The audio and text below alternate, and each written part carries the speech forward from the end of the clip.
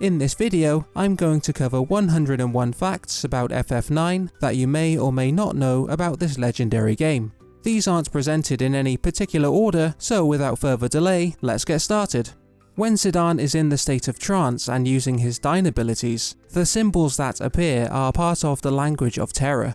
These symbols can also be seen in other locations which are linked to terror, such as Auvert and the Shimmering Island portal. They also appear when Kuja uses his power to teleport the characters out of the Iifa Tree after defeating Necron. It therefore makes sense why Zidane is the only party member who is able to understand the language. The mirrored version of Princess Garnet is the only one of the mirror-type enemies that you can't run into when you first head to Auvert. This is because the enemy will only appear with short hair after the scene in Alexandria, in which the real Princess Garnet decides to give herself a new look. If you therefore head back to Auvert with Garnet in the party, after that scene has taken place, you will be able to encounter the mirrored version of her as an enemy. Quina's name is a play on words in Japanese and is unsurprisingly food related. The romanized version of their name, as shown on screen, is Kuina Kun. Taking the first part of this, which is ku, the Japanese character shoku is food related, meaning food or to eat, and combines with other characters to form other phrases related to eating. As such, Kuina Kun essentially means eat it, I can't eat it, which makes a lot of sense given that Quina has an ability called eat. Also, in Quail's dwelling in Q's marsh, on the wall behind them is a symbol that kind of looks similar to the Japanese character as well. Even though the Black Mages are well known for having no facial features, apart from two bright yellow eyes, this could have been slightly different if some of the game's concept art is anything to go by. In a rough illustration for the village's magic shop, one of the Black Mages can be seen with a wide and rather maniacal looking grin, indicating that their facial design could well have been different in the game's planning phase. There are a number of occasions in which Beatrix can be seen holding Save the Queen, even though it is also visible in its holder at the same time. One such example is before you fight her for the second time, during the unfortunate events that take place in Clara.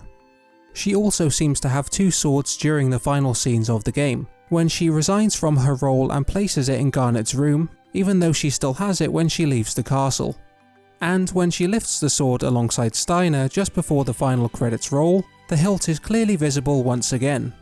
Although Final Fantasy IX ended up being regarded as one of the best games in the series, it essentially started out as a bare-bones script, according to Localization director Richard Honeywood, who said in an interview that he was surprised that it didn't really have any structure or even grammar to it.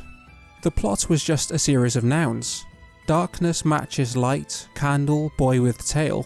It made me laugh as I tried to imagine how a dev team would make a game out of this. But thankfully they did manage to.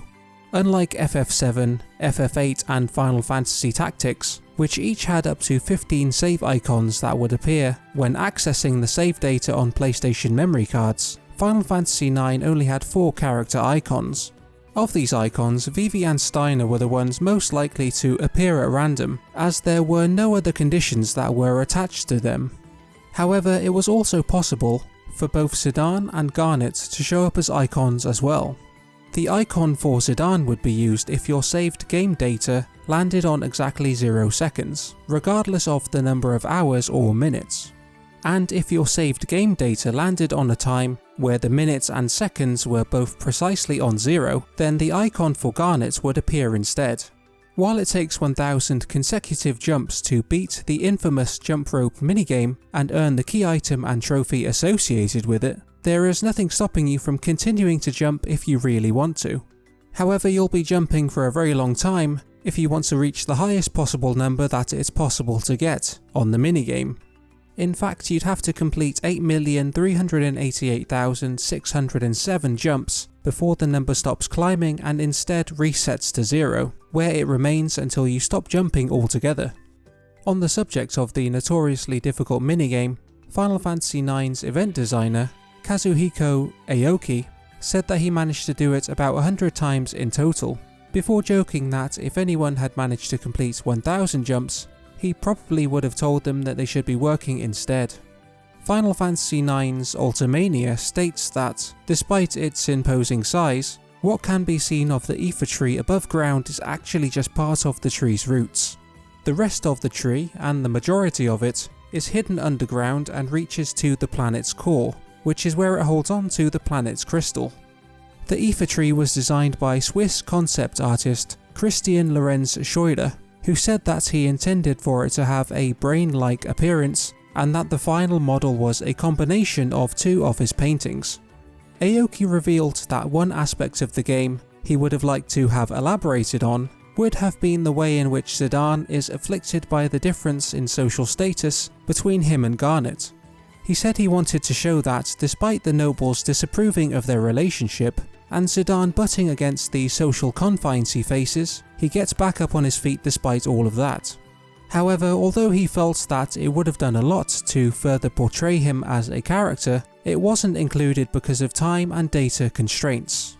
Even though Vivi is listed as being age 9 in the Ultimania, the timeline of events, which also includes events that take place before the game begins, says he was born in the year 1799, less than 1 year before the start of the events depicted in Final Fantasy IX. This also makes more sense given that it aligns with the start of the mass production of black mages, and the establishment of the factory below the town of Dali. Out of all of the fantastic soundtracks that he has composed during his career, when asked about which one he was most proud of, Nobuo Uematsu decisively answered with Final Fantasy IX. He also reiterated this in another interview, saying that it was his favourite both in terms of the game itself and also its music.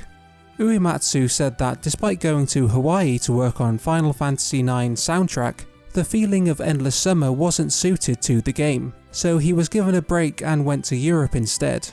However, even though he saw the game as having a medieval-style fantasy feel and wanted to include elements of medieval music, he didn't want the overall soundtrack to feel unbalanced, so decided not to include those elements in every piece of music.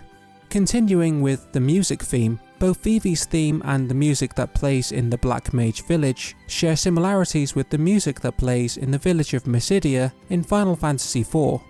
And on the subject of the Black Mage Village, there is a music player in the inn that plays Doga and Unai's theme from Final Fantasy III if you have the required items. You can bid for Un's mirror and Doga's artifacts at the auction house in Trino, which are references to the characters of Unai and Doga from Final Fantasy III. When you head back to the village later after having been to Terra, and speak to Black Mage number 123, the background music will change and the theme will continue to play until you leave the village. Another musical allusion can be heard in Final Fantasy IX's battle theme, which opens in the same fashion as the battle themes for the first 6 games in the series. Additionally, the structure of the victory fanfare is more closely aligned with the fanfares of the first 6 games, as opposed to the versions in Final Fantasy VII and Final Fantasy VIII. Along similar lines, FF9's Mount Gulag is a reference to Mount Gulg from the first Final Fantasy. The music that plays in Mount Gulag is also a reference to the music that plays in Mount Gulg in the first entry in the series. Garland shares his name with the main villain of Final Fantasy, while Princess Cornelia, the name of the character in I Want to Be Your Canary, is an allusion to the Kingdom of Cornelia from the same game. Meanwhile, the play itself was written by Lord Avon, which is instead a reference to William Shakespeare, who is also known as the Bard of Avon.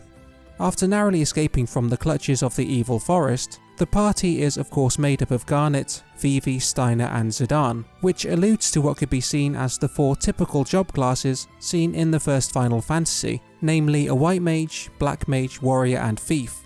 And speaking of references to the original job classes, when Garnet is making her escape and leading Zidane on a merry chase, at the beginning of Final Fantasy IX, she is wearing the traditional white mage robe that also featured back in the first game in the series.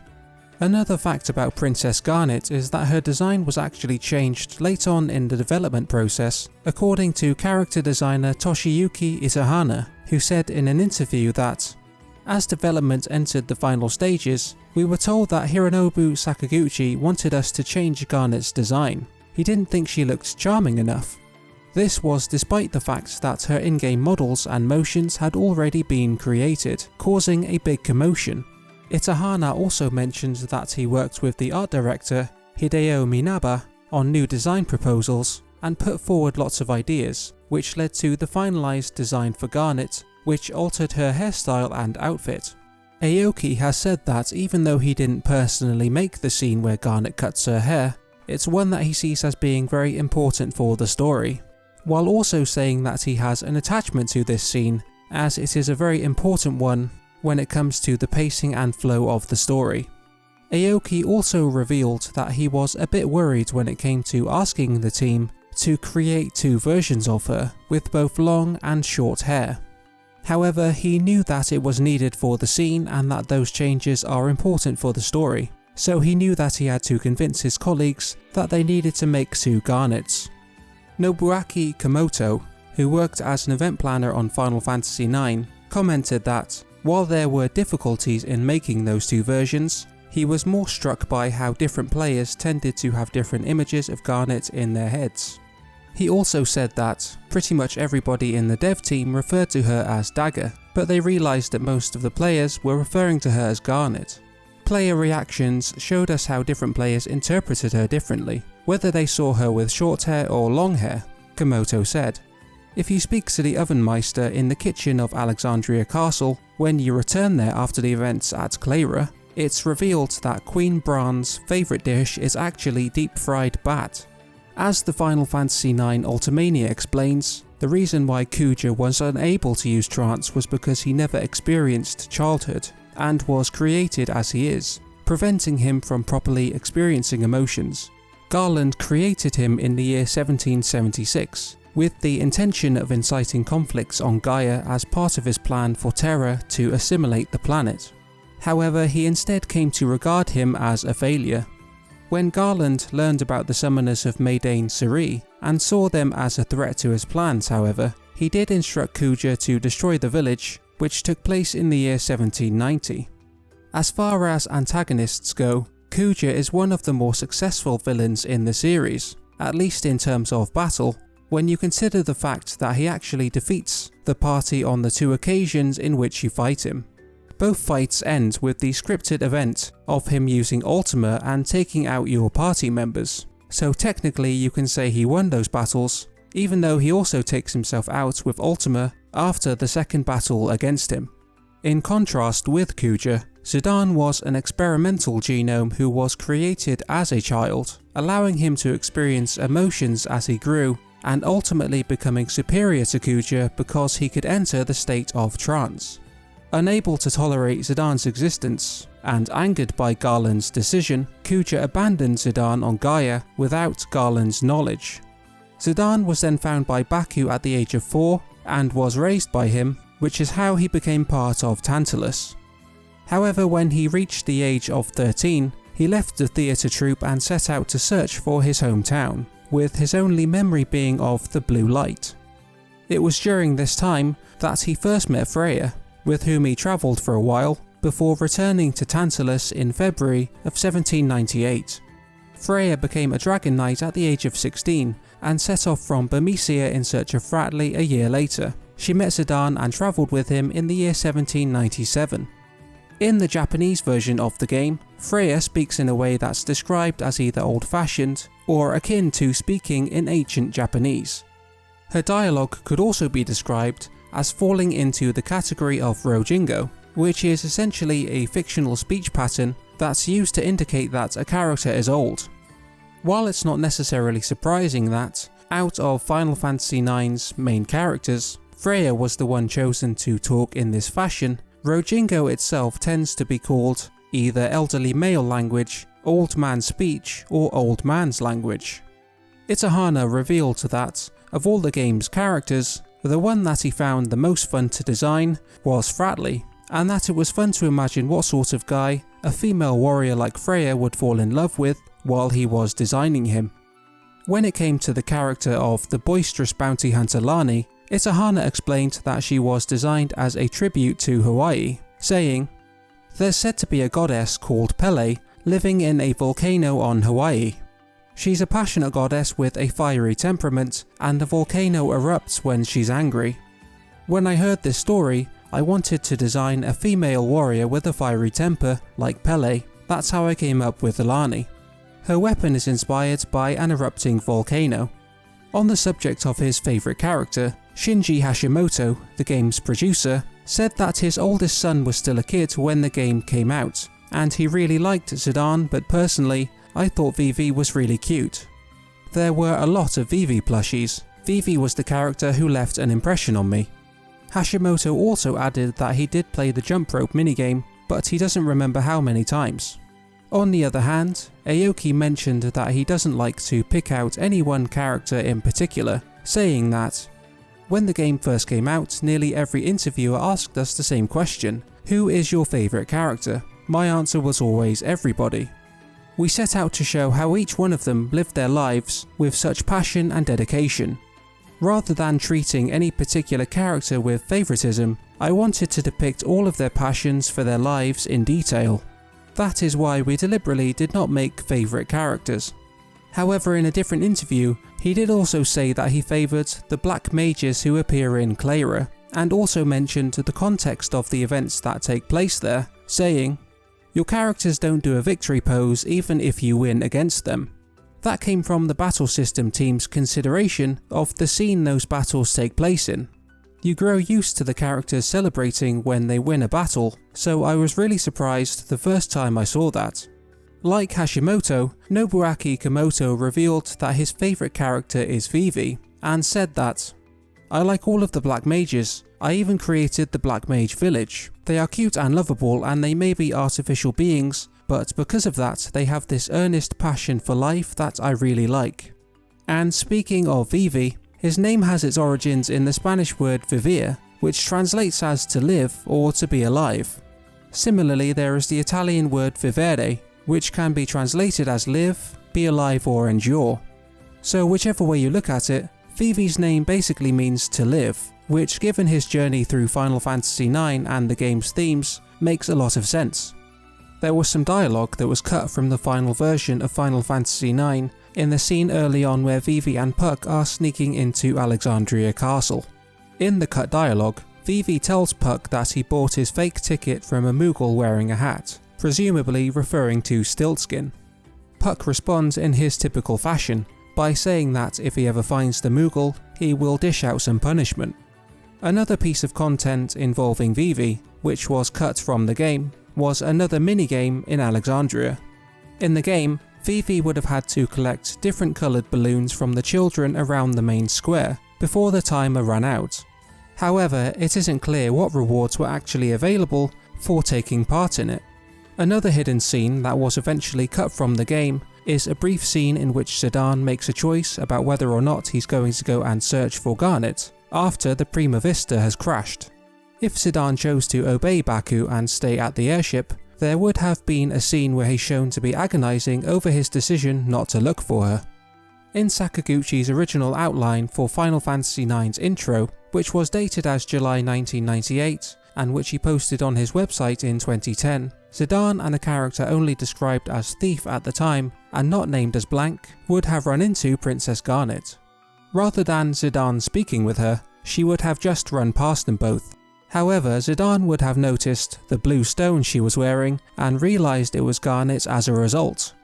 The memo also explained that Steiner, who was described as the Paladin's leader at the time, would have been able to access all of the rooms in the castle, apart from one locked room that required a special key. As such, he would have been able to collect weapons and protective gear that Zidane couldn't access previously. Later on during the battle on the stage between Steiner and the others, the memo also mentioned that Queen Bran would have shouted at Steiner to look forward and fight, before healing him with Curaga. As mentioned, Steiner was described as being the Paladin leader in that outline for Final Fantasy IX's early scenes, and Beatrix didn't appear at all at that stage. Steiner also features in another hidden scene that didn't appear in the final version of the game. In the scene at Observatory Mountain, Morid puts Steiner in his place, while Steiner indicates that the King of Alexandria had died in the war with Bermesia. Morid replies that both Alexandria and Bermesia were responsible for starting the conflicts, before Steiner becomes typically aggravated by the suggestion that Alexandria might have been in the wrong. There are a number of similarities between Beatrix and Cecil from Final Fantasy IV. Each of them is a military leader and feared by many, and at the start they both followed orders from their monarch without question. And additionally, of course, although he started out as a Dark Knight, Cecil went on to become a paladin, as Beatrix is also indicated to be. The invincible airship closely resembles Yoshitaka Amano's artwork of the Enterprise from Final Fantasy IV. Atomos first appeared as an enemy in Final Fantasy V. During the boss battle against it, if a party member is KO'd, Atomos will pull the character towards itself before using Wormhole to remove them from the fight. The FMV in Final Fantasy IX, where Atomos is used to attack Lindblum, is therefore reminiscent of its moves in FF5. The design of the enemy called Ash, which is found in Memoria, is based upon Baphomet. The demonic-looking figure is seen with its right hand pointing up, while its left hand points down, in order to represent binary opposites, such as good and evil, and the notion of as above, so below. On the subject of the overall aesthetics of Final Fantasy IX, Itahana revealed that part of the inspiration behind the game was the movie The Dark Crystal, saying that it has classic designs and a very unique sort of world feel to it. We went on to create this sort of literary, imaginary world, something like you would have in a fairy tale. I kept this in mind while designing the characters. And adding to this point about the game being inspired by certain films, Hashimoto said that Mr. Sakaguchi wanted to go back to the action movie-like adventure of the first 6 Final Fantasy games, and those elements are abundant in this game. When asked about the rumour that the game's ending was changed late on in development, Aoki revealed that, while the concept for it remained the same, they did change the ending 7 times. For some reason, back in 2001, it was reported that there were plans to not only remake Final Fantasy IX for the PlayStation 2, but FF7 and FF8 as well. This was despite the fact that the games had only been released in the previous few years, so it seems strange that Square had already considered remaking them. Of course, PS2 remakes for the games never materialised, and it wasn't until 14 years after that the long-rumoured Final Fantasy VII remake was finally confirmed in 2015.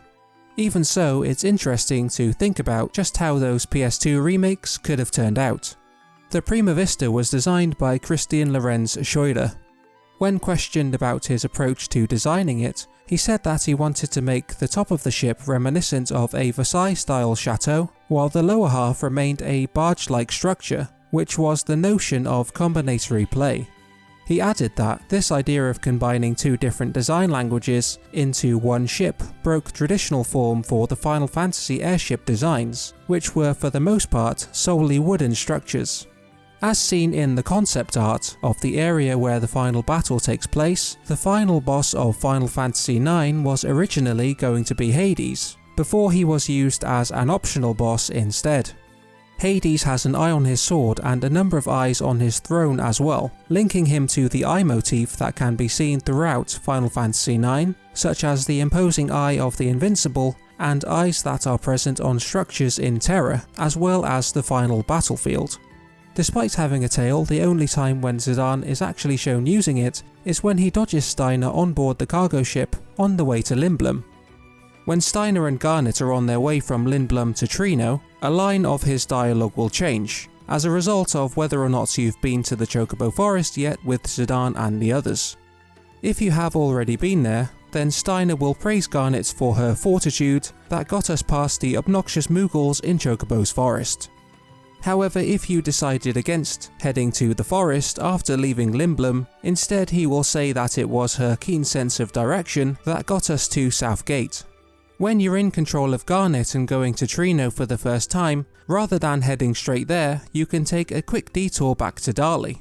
In the farming area where she had her humorous scene with the Oglop earlier, you'll be able to open a chest that you couldn't reach before, which contains an elixir. This is the only time it can be accessed, however, as the woman will be blocking the path again if you come back later on. In the Japanese version of FF9, Amarant has a different name, instead being called Salamander Coral. When considering this, it offers an alternative reason as to why he is also known as the Flaming Salamander, as they have long been associated with fire. In mythology, salamanders were said to have skin that is fireproof, and therefore have the ability to resist and extinguish flames, which is why Flaming Salamander makes sense as a nickname. Although it can be hard to see on the in-game character model, Amarant also has lizard-like tattoos on his shoulders, which again makes sense given the salamander connection. When he enters the state of trance, the tattoos disappear and, as described in the FF9 Ultimania, he takes on a sort of beast-like appearance. As for his name in the English version of Final Fantasy IX, Amarant is a variation of the words amaranth and amaranthus, which are of Greek origin and which referred to vivid flowers that were believed to be unfading or in a sense immortal. Taking this into account, it also makes sense why his hair has a fiery red colour, as described in the Ultimania. Quina has always been a unique character because of the fact that their gender has always been left vague, and they've been referred to differently depending on the localization. Brody Phillips, one of the translators who worked on the game, touched on this subject in an interview with Gaming Magazine. He said that in the Japanese version, Quina would often be referred to as the gender-neutral Aitsu, which essentially means that guy or that person, rather than the standard kare for he or kanojo for her. Phillips also said that, while they wanted to try and keep it that way in the translation, when he looks back at it now, he sees it as being a little heavy-handed. He also said that it must have been incredibly awkward to translate into languages where every noun has some kind of gender. This ambiguity regarding Quina is also reflected in how the game's mechanics treat them. As with the other male characters, Quina is affected by the entice ability that is used by Lamia, and they are also unable to equip the likes of Minerva's plate or the rubber suit, which can only be equipped by female characters. Additionally, Zidane will not provide cover for Quina against damage, like he will for Garnet, Freya and Aiko, so it seems as though the game was programmed to treat Quina as a male character rather than a female character. The name Adalbert is of Germanic origin and means noble bright or noble shining, while Steiner is derived from the word stein meaning stone or rock. As such, by combining the two, Steiner's name essentially means noble shining stone, which makes sense given his personality. When questioned about what his favourite enemy in the game was, Itahana picked out Armstrong, the funny house-looking thing that seems like a shrunken version of Final Fantasy VII's Hell House. He said it's just too cute, you can see the little legs sticking out, and it's always wobbling back and forth. Aside from Armstrong, he also said that Ragtime Mouse was another one that stood out to him. Speaking of Ragtime Mouse, after defeating the creature, you will receive 59,630 gil, and each party member will get 5,963 XP. The reason for it being 5963 makes a lot more sense in Japan, as when said out loud, the numbers essentially spell out Gokuro-san. The number 5 is Go, 9 is Ku, 6 is Roku, and 3 is San, so if you say them one after the other, you will basically hear Gokuro-san. The word Gokuro-san itself, when translated, means thank you for your hard work, or I appreciate your efforts, so I guess it's just Ragtime Mouse having the last laugh. While exploring the city of Insomnia in Final Fantasy XV, you can find a sign for Morid's Coffee, referencing the old man and his love for rare coffee beans. In a piece of concept art, Morid looks quite different to how he ended up in the final version of FF9. While he still has his mustache and hat in the concept art, the rest of his outfit is quite different, as are his facial features. In the game itself, however, the old man NPC model was used for him instead, rather than a unique character model based on the art. It seems that the rest of the interior for his dwelling is pretty much a direct match between the concept art and the final game, however. The theatre troupe was named after Mount Tantalus, which is part of the Ko'olau range that overlooks Honolulu in Hawaii, where a lot of the work on Final Fantasy IX took place. Another Hawaiian reference comes in the form of the Southern Tropical Outfit set of equipment that you can find in the water between the Mist Continent and Outer Continent, which give you the humorous but useless Aloha t-shirt, straw hat, pearl armlet and sandals. And speaking of Tantalus, Itahana revealed that during development, there was talk of Ruby being an Oyama, but he wasn't sure what happened to that suggestion or how the official lore on that ended up. Oyama, otherwise known as Onagata, is a term that refers to male actors who play female roles in kabuki theatre, and which essentially translates as female form. For some reason during the Tantalus planning meeting at the very start of the game, if you feel so inclined as to jokingly choose the Queen Bran option, rather than the Princess Garnet one, not just once or twice but 64 times, then Ruby will come running into the room and tell Zidane that he is more stubborn than a grumpy mule. As for why it's exactly 64 times, I guess we'll never know. According to Aoki, Bonero, Gennaro and Zenoro from the Nero family were a very late addition to the game, as there wasn't a trace of them until right before it went gold. He mentioned that every game in the series has about 3 to 4 months of quality improvements, during which they would ask themselves, how can we make it more interesting? It was during this process that the Nero brothers were first introduced, right in the middle of that final tweaking for Final Fantasy IX. Komoto revealed that the scenes of which he is most fond are those that take place in Pandemonium after Zidane has learned the true nature of his origins. The reason why the iconic scenes had such an impact on him was because, until that point, he wasn't convinced he even liked Zidane as a character and didn't know how he felt about him.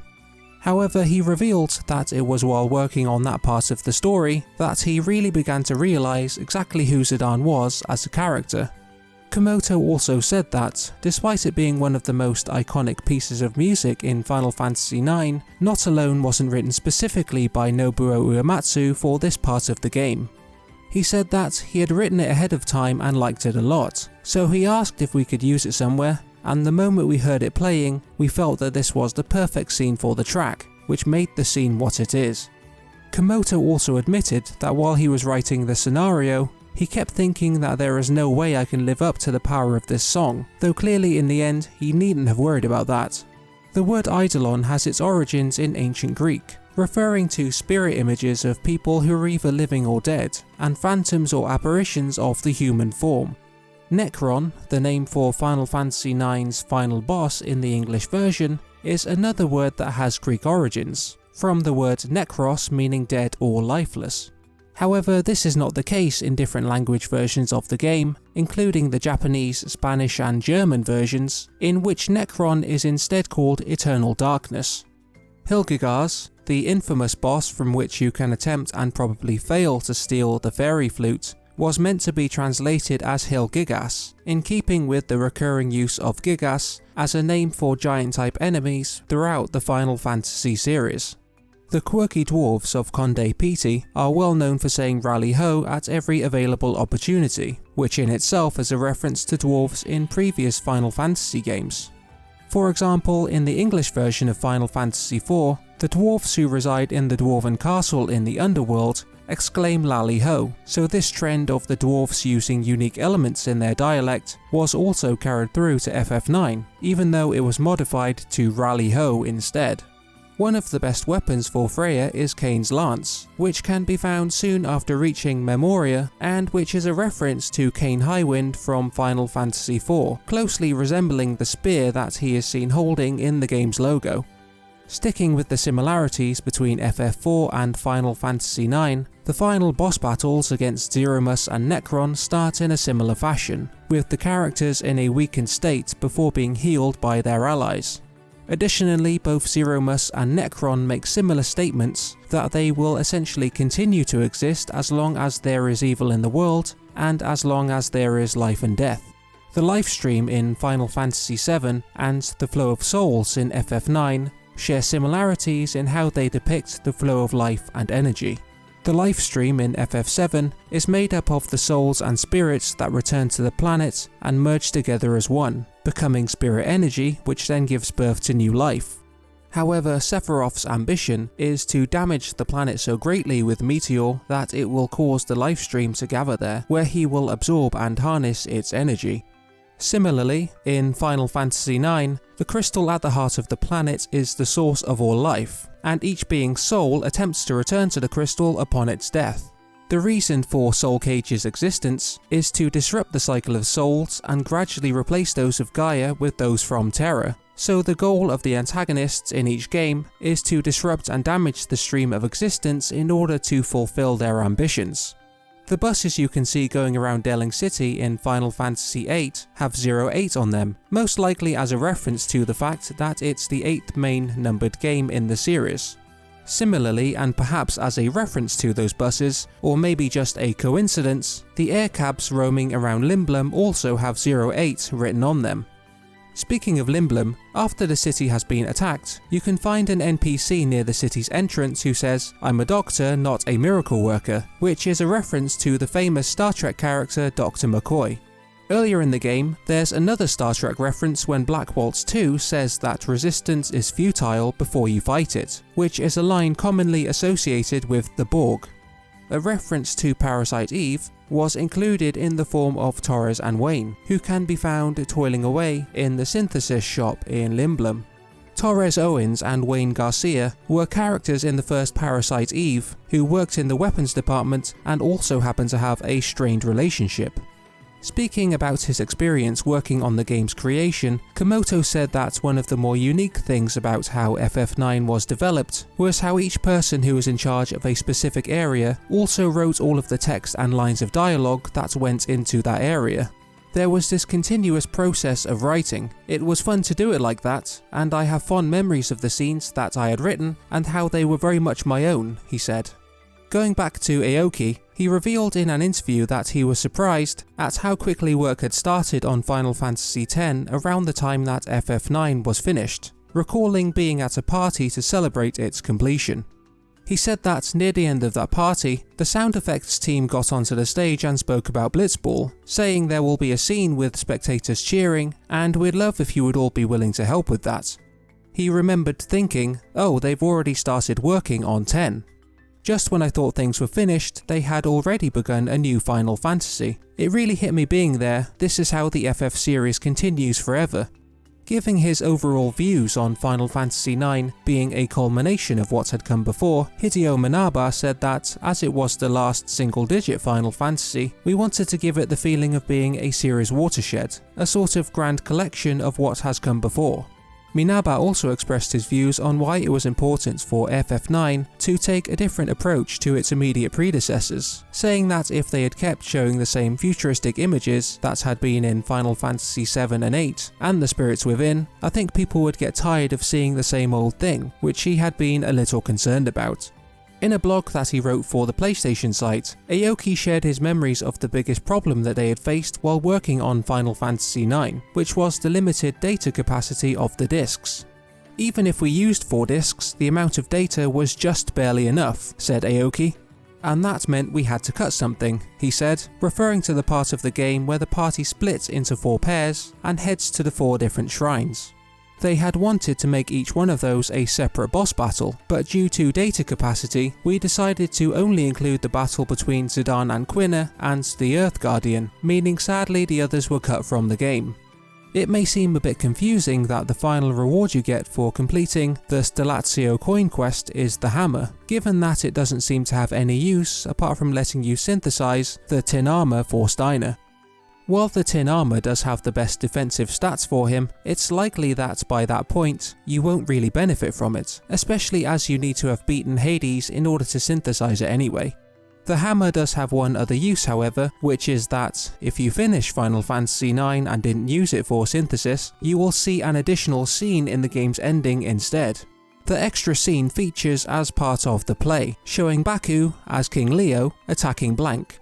In the following scene where Sinner is talking to Zidane, who is playing Marcus, he can be seen holding his beloved hammer, which he doesn't have in FF9's regular ending. Despite Hades talking big before you fight him, and being named after the king of the underworld, if you enter into the battle having already dealt with the big spinning marble that is Ozma, he'll be a little more anxious about taking you on.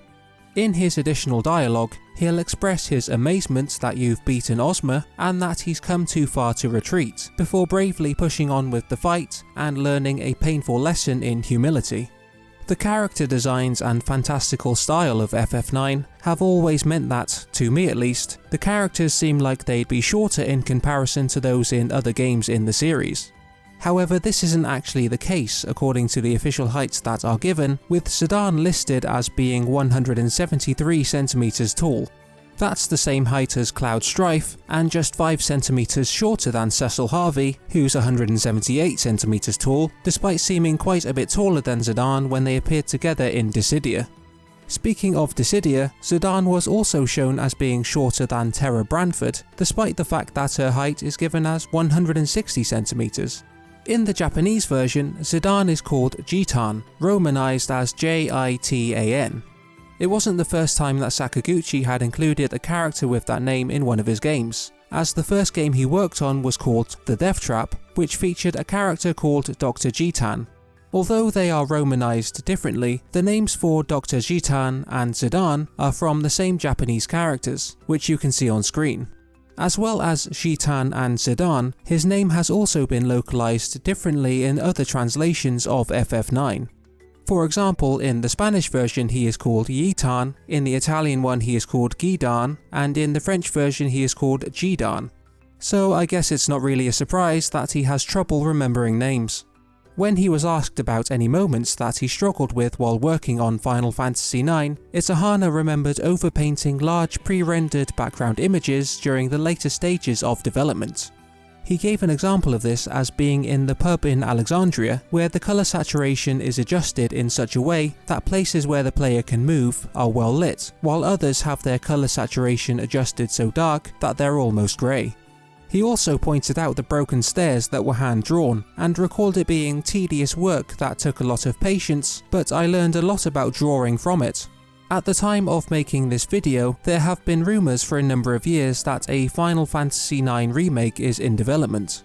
Even before those rumblings about a remake first came about, however, Itahana had expressed his thoughts on how much he'd love to work on a follow-up to FF9, saying that it's loved by the development team as much as it is by fans. He went on to say that he would be delighted if there could one day be the opportunity to continue the story of Final Fantasy IX, which meant so much to all of us. And finally, let's leave the last word to Final Fantasy IX's director, Hiroyuki Ito. When he was asked about what he considered returning to the roots of the series to mean, and how that influenced the direction that the game took, Ito said that what it means to be human, circumstance, consideration, kindness and hatred were all concepts that were reflected in the game. I think that perhaps getting back to the true nature of things is what returning to roots could mean in this case. That might just be the overarching theme of Final Fantasy IX. Before I wrap this video up, I'd love to hear what your favourite fact is about FF9. If you have one that wasn't covered in this video, then please leave a comment below to let me know. Also, if you enjoyed watching this video, I'd really appreciate it if you could give it a thumbs up, and please do subscribe as well. And lastly, if you did like the video and want to see more like it about Final Fantasy, please consider supporting me on Patreon so that I can create more content about this great video game series. The link is in the description if you want to check it out. Anyway, until next time, thanks for watching.